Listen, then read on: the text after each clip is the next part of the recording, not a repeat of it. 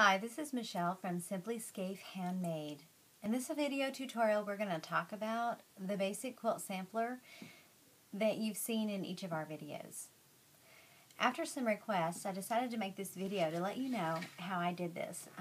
Let's start with the purpose. The reason for this sampler was to put together several different quilt stitches on one piece of fabric that can be a resource, kind of an encyclopedia of stitches to refer back to when you're planning the quilting for your quilt.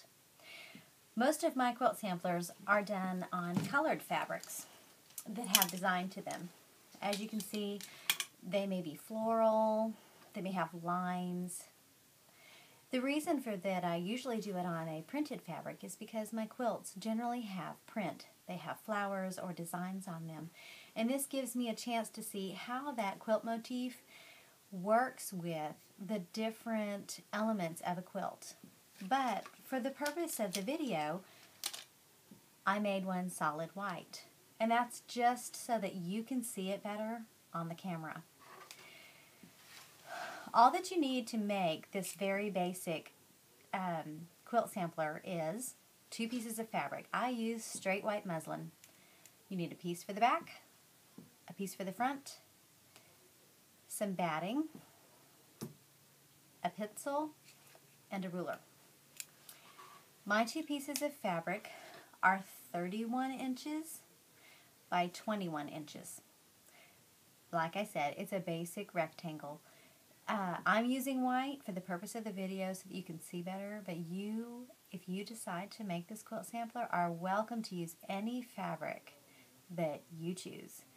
It can be printed, designed, plain, solid, whatever you're more comfortable working with. My stitches are done in bright colors so that you can see me stitching them on the video. If I were doing this just for my own reference, I would have made them the same color or a compatible color with my fabric. That, again, is your personal choice. Once I laid out my top, I decided to give myself a 2-inch border all around. So I took my ruler and I simply drew a 2-inch border that goes all the way around the outside. And that simply just frames it in. The edges of this are going to get shifted or wrinkled or frayed a little bit, and I expect that with a lot of different stitch and wear. So I gave myself a wide border all the way around the edges to keep me from running off the edge of the quilt or struggling with the fabric in the hoop. This gives me a lot of space to work with so that when I quilt to the edge, I'm not running off the end of the fabric and not having a good foundation in the hoop. Once I got my outer border, nothing goes on that outside border. That is just excess space. I started at the very top, and what I did was I took that 2-inch ruler, I drew, this is a 4-inch width, and I made a space. I came down 4 more inches and traced a line.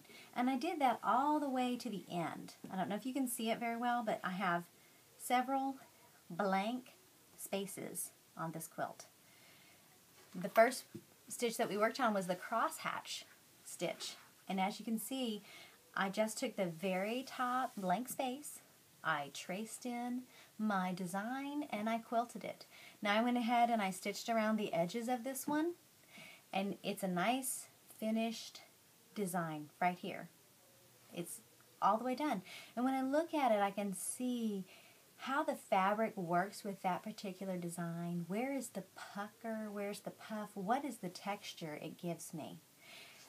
As I work through each week, I'll have a different stitch. For example, the next stitch I'm going to work right here is called a clamshell. And it's little loops, little hoops, curves that make a pattern that looks like little clamshells laying together. Another one would be feathers, a gable, the honeycomb stitch. So each of these rectangle spots, these 4-inch rectangles, are going to hold a design that we can look back on later on. How you do it, what fabric and what thread you use are really your personal choice. Again, I only used white fabric with bright thread for the purpose of you seeing it on this video. In the past, all the ones I did were done on textured fabric. So this is a place where not only are you learning stitches and practicing stitches and really honing in your tension and your stitch length, but you're making yourself a reference, and that's always a good thing. Anytime I've learned new embroidery stitches, or when I started learning ribbon embroidery stitches, I took a piece of fabric and I made myself a sampler, something to refer back to. And that's exactly what we're doing here. Another recommendation I have is if you're doing this and you're not familiar with quilting or quilting terms, you might take that excess border space over here that we talked about where no stitching will happen, and you might simply take a pencil or a dark marker and write the name of that quilt motif. For example, this is commonly called a cross hatch. So you might write right here, cross hatch.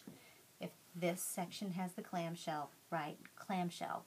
And that way you don't only have the design, but you kind of have the name that they're called. You never know when that might be important. I hope this video has helped you. If you have any questions or concerns, please feel free to email me at simplyscaife@yahoo.com. And for more things from Simply Scaife Handmade, visit our blog at www.simplyscaife.blogspot.com. We love to have you stop by and visit us.